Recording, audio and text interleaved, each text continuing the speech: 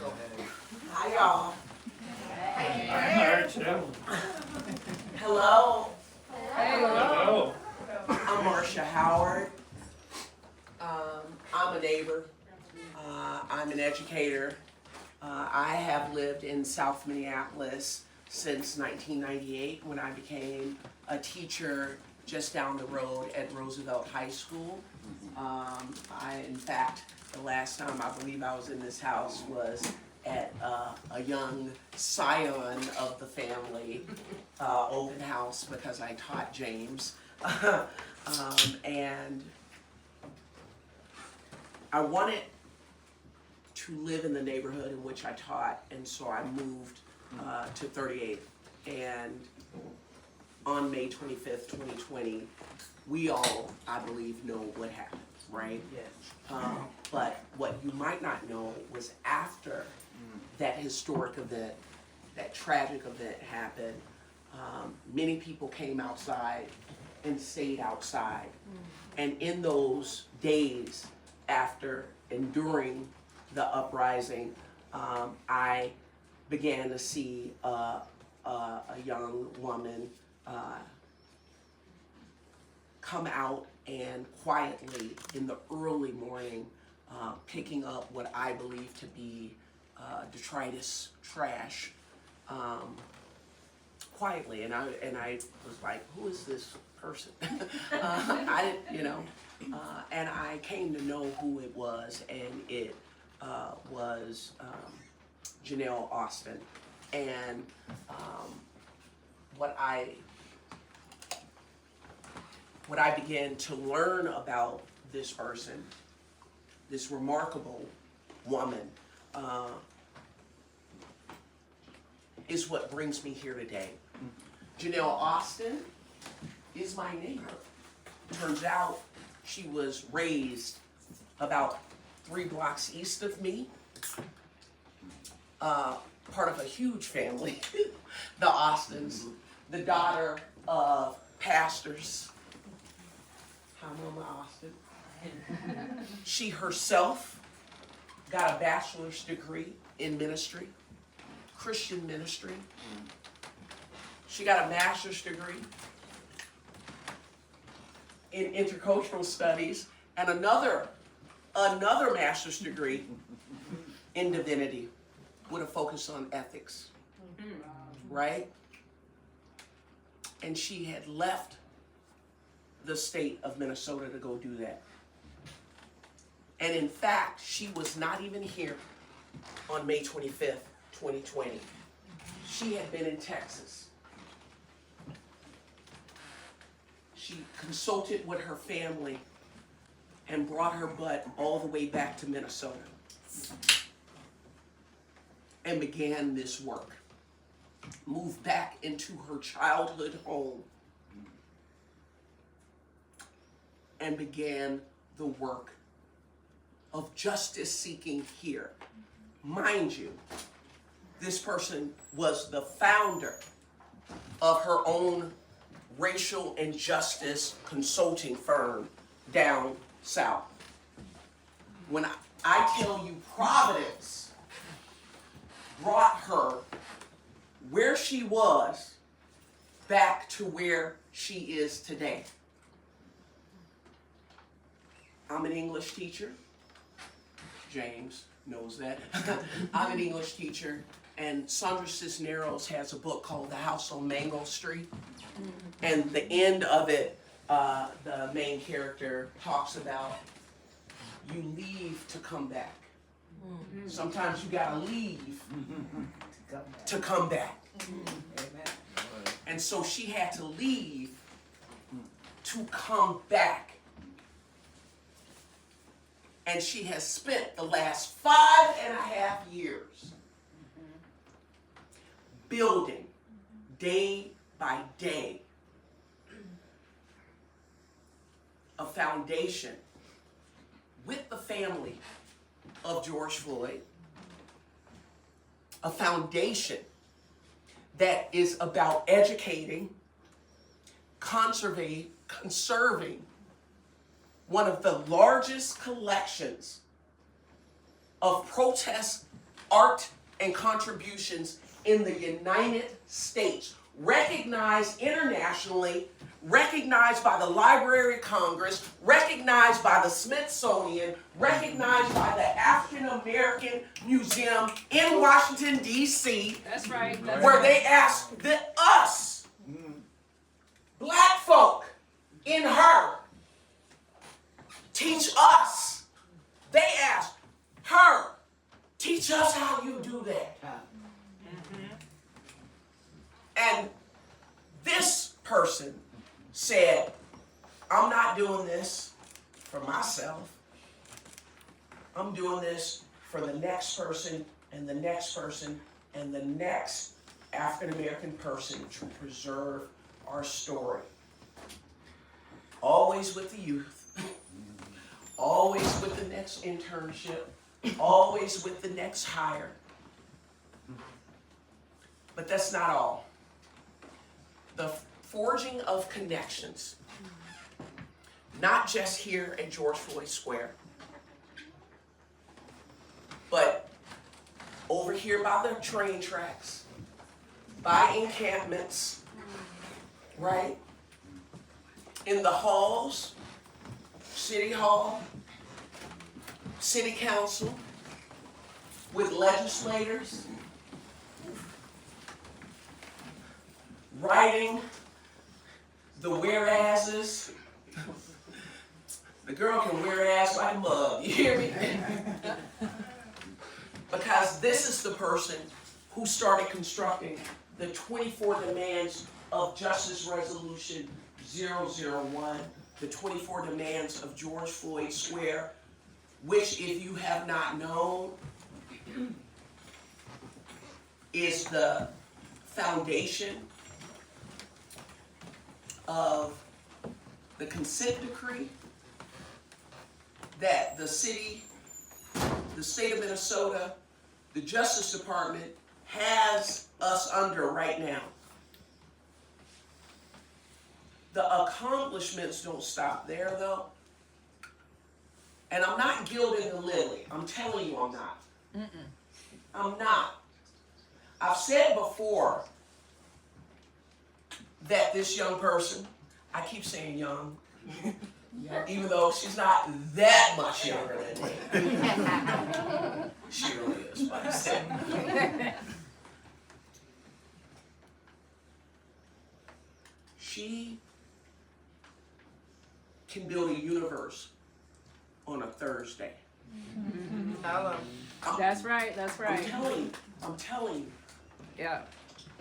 How we have sustained what was an autonomous zone that is now a memorial and a place of resistance and a community. Yes. And a learning center. This peripatetic piece of art from the Say Their Name Cemetery, from the caretaking as the lead caretaker of what is known throughout not just the nation but through the world as the George Floyd Square Memorial. That took time and thought and dedication. And though all of these are wonderful accomplishments, the Austins did not create this person to merely do that. She did not just come back for that. You leave to come back, and once you're back, we're setting about the work of liberation and of change. And that means going into those halls of change. And that's what this is about.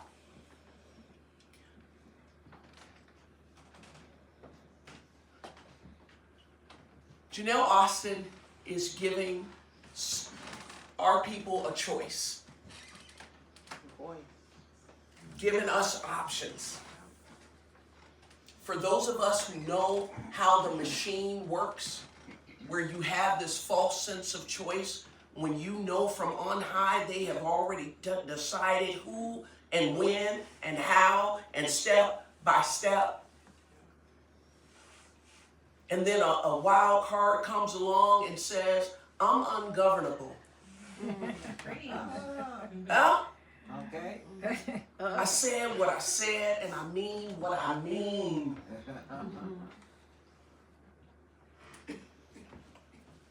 And the machine, you'll hear it. Yeah. You'll hear it. And you don't know if that tension is a sign that it's breaking. Or if it's just an adjustment, right? But what this new addition into this field of play means is that we get a choice. We get a choice. And as a co-laborer for 5.5 years, knowing how you think about our future in the city of Minneapolis, in the state of Minnesota, in the United States, how you feel about the way in which government can be used to affect our material existence, my choice is clear.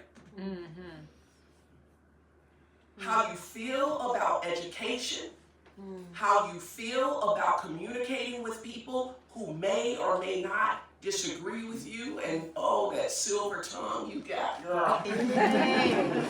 She can talk to anybody, you hear me? Yeah.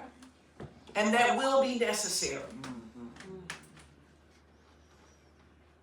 I believe that Providence don't play about you. And you were brought here for a reason and this moment. And so, I would like to introduce to you the newest candidate for state senator, Yeah. Jeanelle Austin.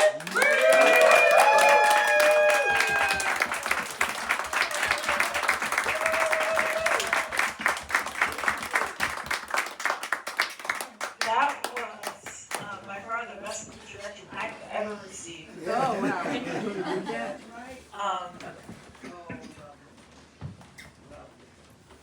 The earth process with us, God is on our side, and the ancestors have our back. That's it. That's right. They ain't hear you. They ain't hear The earth process, I can't do this right. They ain't hear you. They ain't No, it needs to be out here. Yeah. There we go. The earth protests with us, God is on our side, and the ancestors have our back. We understood this in this justice movement. As we are working, I can't tell you the amount of miracles that we have witnessed because it wasn't on our own strength.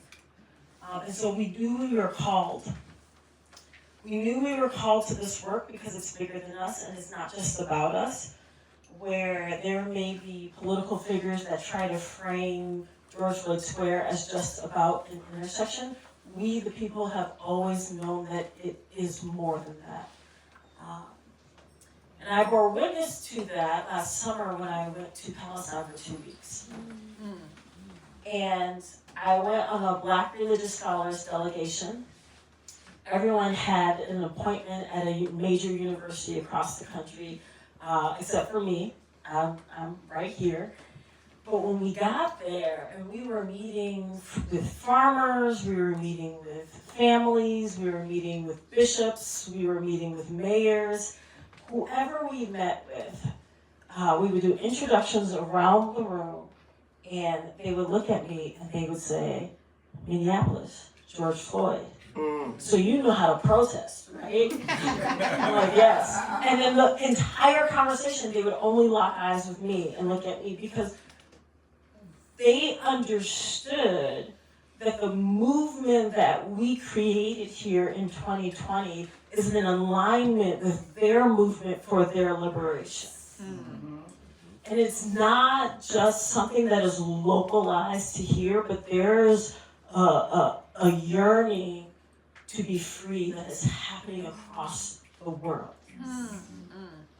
And unfortunately, too many people in this city and in this state have turned a blind eye to that.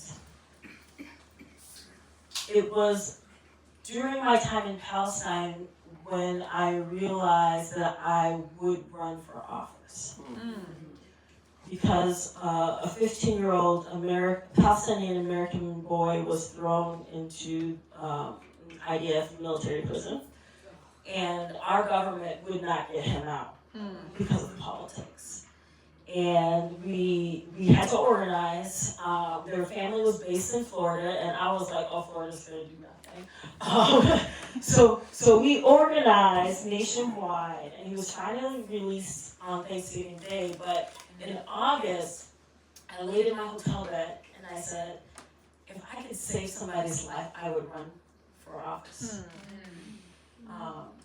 And at that time, Omar Fateh was running for mayor, and I knew his seat would be up if he got the mayor's seat. So I started to imagine and think about what this would look like.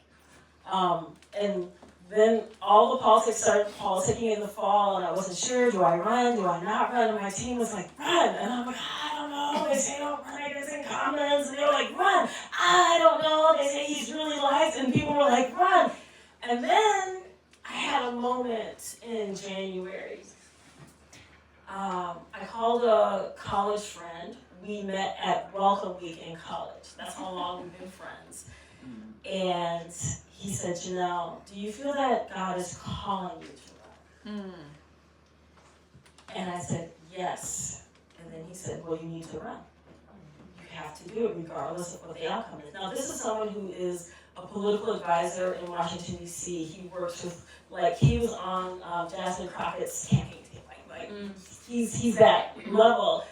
And he was like, you need to do it and see what happens. And so I said, okay, I will run. And I had this peace come over me. And when you have the peace come over you, when you're about to enter into the chaos, as opposed to when you leave the chaos, that's something special. And so I went into this process fearless and full of joy. Yes. And because of this origin story with a 15-year-old American kid, I decided to focus my campaign on the youth. And my friend said to me, he's like, Jeanelle, you know that half of them are not voter bases. I'm like, I know, but that's the problem. Because everything that we do impacts their lives, and they don't have a voice. They've been marching, they've been going to the Capitol, they've been asking for changes. I mean, I don't understand, I want to cry just thinking about it, how a child who had a bullet in their head could testify before our government and they not care. Like that is mind-blowing. That is problematic. And so we decided that we would not just run a campaign to run, because in September I had consulted with a friend here, and he said to me, Jeanelle, when people run, oftentimes what they don't think about is that they're generating power. And whether they win or lose, they're generating power. So what are you going to do with that power if you lose? It took me 2 seconds to answer, because I have been living in George Floyd Square since 2020. And which 2020 is a black hole, so for like a million years. And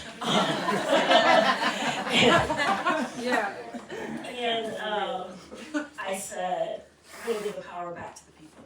Yes. Yeah. And this was a conversation that I had in September.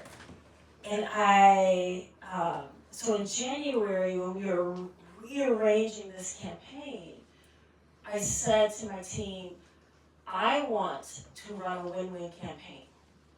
We are going to mobilize and organize young people as we run. So whether we win or lose the election, we win. Yep. Because we need our people to understand the moment that we are in.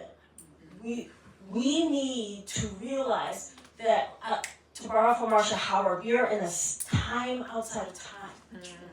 The way in which people are awake and paying attention and realizing, what some of us have realized for a very long time, is that our government doesn't care about us. That's right. Our government doesn't care about us. Government is supposed to be about people. Yes. Leadership is supposed to be about people, but they've made it about politics. They've made it about money. They've made it about contracts and exchanges and scratch my back and I'll scratch yours. They've made it about everything else but the people. Yes. And so something needs to change, and that has to begin with us. We will say on the streets and we'll march and we'll say, we keep us safe. But it's more than that. We keep us, period, point blank. Come on now. Say that again. We keep us. We keep us That's right. in every area, in every aspect. And so when we invest in the least of these, when we invest in the most marginalized, when we take care of those who are at the margins of society, we take care of all of us, and all of us will rise together. This is not about ignoring the elders. This is not about ignoring the middle-aged folks and folks who are trying to hustle. This is recognizing that, first of all, when we've been talking to our youth, y'all, and they love us. They love their parents. They love their grandparents. They advocate for them. And I think we're so busy thinking that they're young and they don't know what they're talking about, that we haven't truly listened. And they love us, and they're fighting for us, and they're advocating for us. And so when we invest in them, they're turning it back around and they're taking care of us. Oh, not that. It's the am I crying part. I wanted to. She swallowed those tears. This is about the ecosystem that it takes to build a movement, so we can get out amongst the tyranny that we are under. It is bad. And it is not just Republicans, y'all. Say that. It was so funny with y'all. When somebody announced for me that I was running, because I was trying to set up like an ActBlue account, and they found it before it was like fully set up, and they were like, Jeanelle Austin's running, and I was like, oops, sorry guys, y'all. But then came the conversations. Is Jeanelle left? Is Jeanelle right? Is Jeanelle middle? And I just laughed and laughed and laughed. Because anybody who knows that I hate being put in a box. Like, I hate it. I'm not even ordained for that reason. Like, I don't want to be put in a box. And I told someone, I said, here's the funny part, is that, no, I'm not left. I'm not Democratic Socialist. No, I'm not like MAGA. I'm not right. I'm not really middle or independent. I'm not really Republican. I'm not really Democrat. I'm not any of those things. Why? Because all of it has failed my people for over 400 years. Say that. That's right. All of it. All of it. And so what I am obligated to be is about justice. Come on. What I'm obligated to be is about doing the right thing for people who are marginalized and oppressed. That is my obligation, is to us as human beings who deserve dignity. That is the obligation. So people can fight about where I am on the political spectrum. So while I argue about that, I'm going to be strategizing on how we help us. That's right. On how we get out of this thing, and how we better our people and our communities. And I know I'm supposed to do it just for District 62, but I can't help myself. And so I have to be thinking about all of Minnesota, and I have to be thinking about our nation. I was just in Selma and marching across that bridge, and they invited me to a youth teaching session. Because they're like, oh, we need someone from Minnesota. You're from Minnesota. Will you come and talk to them? I was like, well, I ain't even ready. I rolled up in there and was like, keep organizing. And motivating them to understand. And I told them the story of George Floyd Square. And I told them how we had to keep organizing beyond George Floyd and keep organizing beyond Jalal Eid and keep organizing after Dante Wright and to keep organizing after Amira Locke and Winston Smith. We had to keep organizing because we knew it wasn't over, though society wanted to tell us, oh, you know, we had George Floyd, everyone marched, that was nice, that was fun, wasn't it? And that was over. But we understood that justice was a long way off and we had to keep pushing. Y'all, just talk to Toshira. She will tell you the long journey that it takes to fight for justice. And so we have to keep organizing. Even at the highest levels of power and influence. One of the key decisions that made me decide to run, I had a walk and talk with Jordan, who built the fists in George Floyd Square. Jordan will tell you he does not like government at all.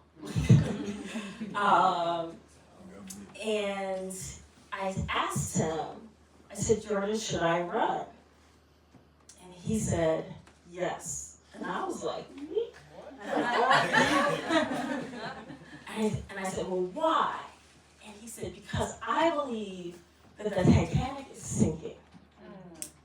And if we can have someone at the helm who will write order who gets on the lifeboats first, that is why you should run. And so I'm running. Because we have to write order who gets on the lifeboats first. We have to write order who gets the budget first. We have to write order who is resourced first. We have to write order which policies are actually going to care for those who are most marginalized first. We have to write order who gets housed first. We have to write order who gets educated. We have to write order who is not deported, y'all. We have to write order these things. Because everything is chaotic and out of order right now because we have leadership that does not care about people. And I'm not just talking about the President of the United States. But we have leadership in Minnesota that does not care about people. So we're going to have to write order some things. And if you are willing to have me, I will be your senator.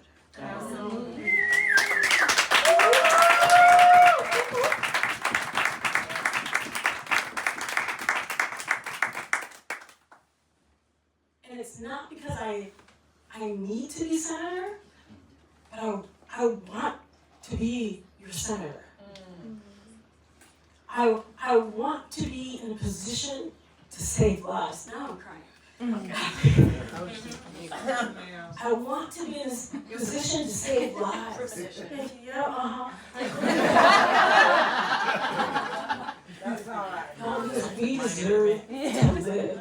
That's right. Outside of survival. I don't care about this whole my Second Amendment right thing. We have a right to breathe air before any amendment to any constitution. We have the right to live. It should be a basic human right to be housed, y'all. We should be able to have income and not have to worry about how we're going to buy bread to eat and feed our kids and have diapers. Like, we shouldn't have to rely on a mutual aid station every week for survival. And I'm grateful for places like Calvary Church who make sure that people are taken care of, but that should not be the norm. We have to change that.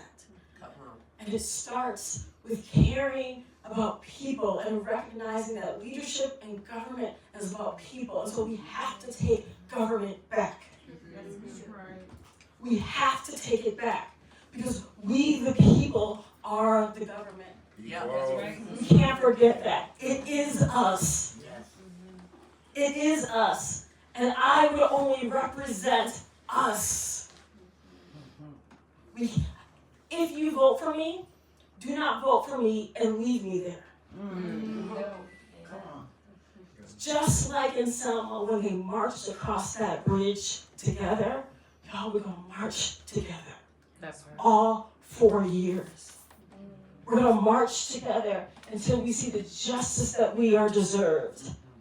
We are going to march together because that is what our ancestors did.